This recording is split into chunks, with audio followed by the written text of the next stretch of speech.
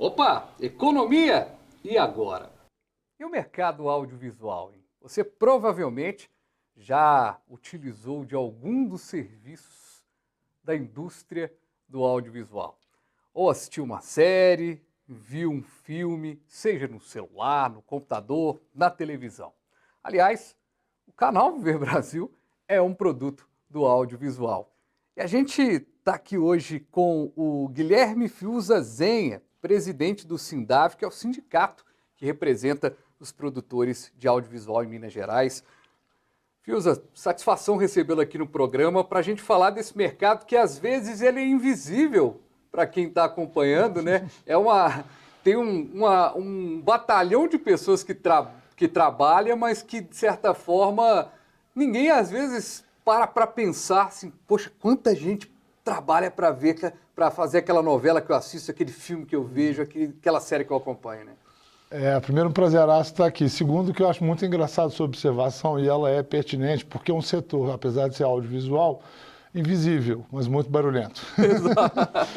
Exato, porque a gente está falando de uma turma que produz tudo que a gente acompanha no dia a dia, e Fiuza separou para a gente 2 vídeos. Eu vou colocar o primeiro vídeo aqui para vocês entenderem qual que é a representatividade dessa indústria. Vamos ver.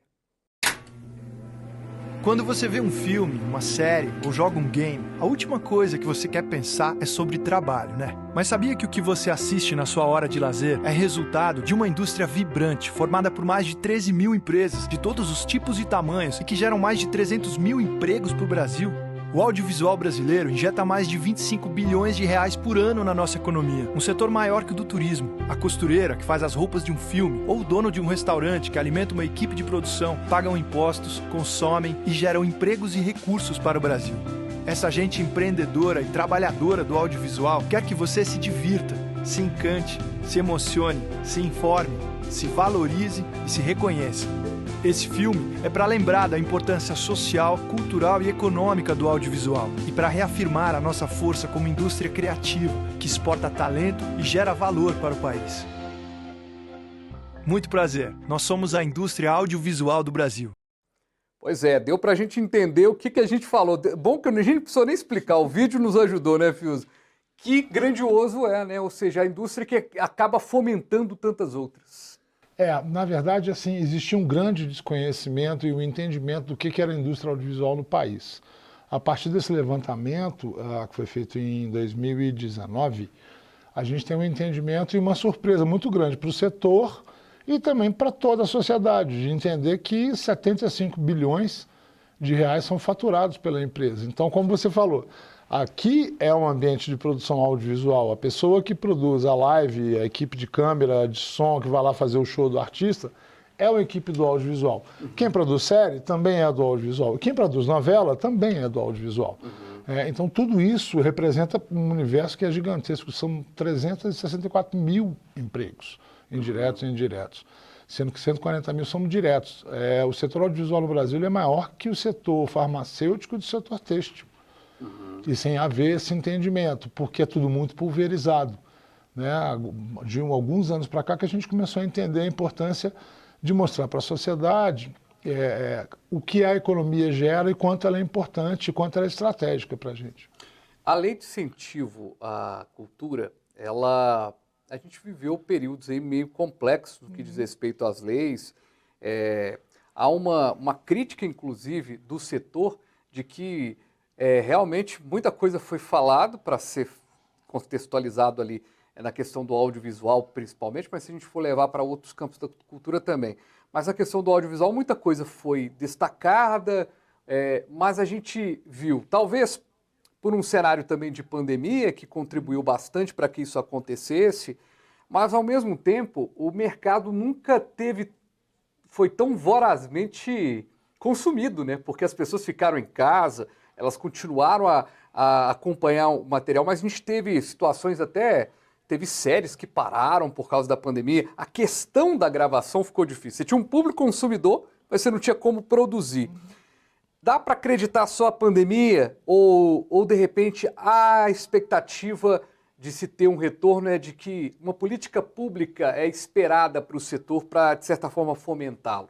Bem, quando a gente fala de política pública, é preciso a gente dividir as esferas, né? Federal, municipal e estadual.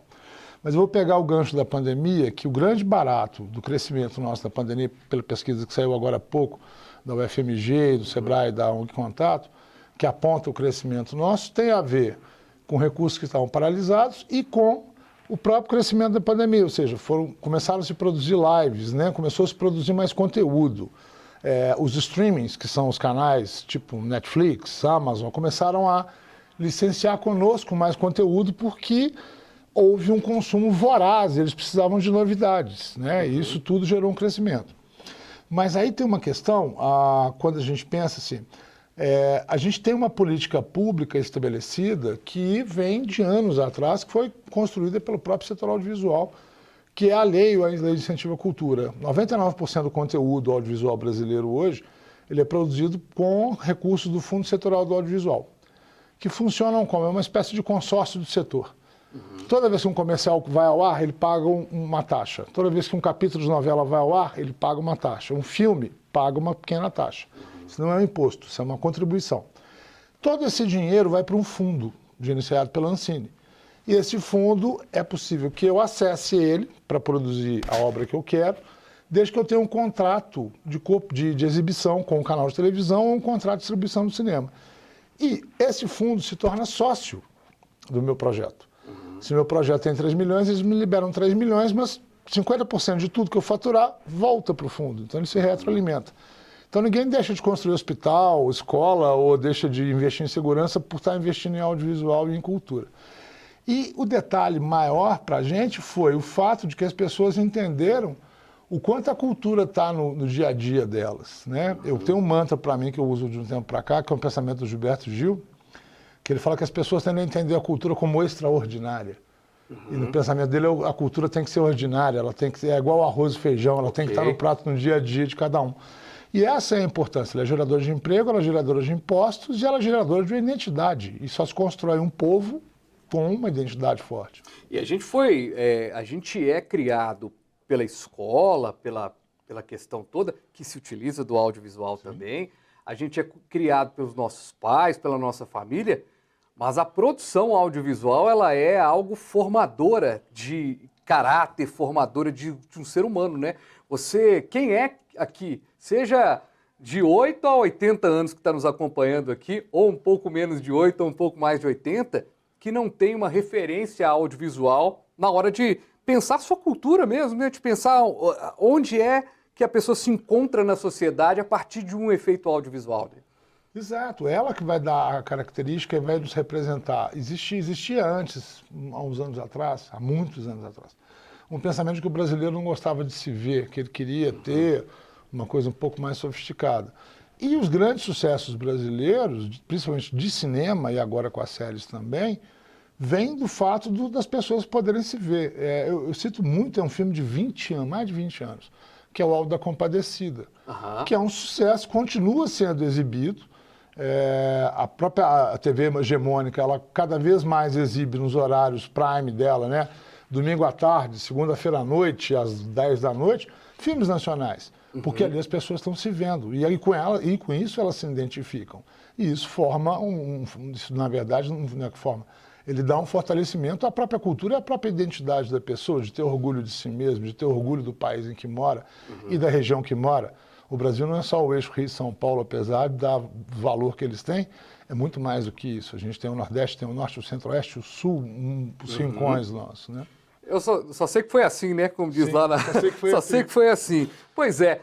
Gente, o Fios é muito legal, eu já tive a oportunidade de conversar com ele, assim, antes de gravações e tal, de bastidores muito legais. Alguns dá para contar, outros não dá para contar, mas a gente vai para um breve intervalo. Na volta,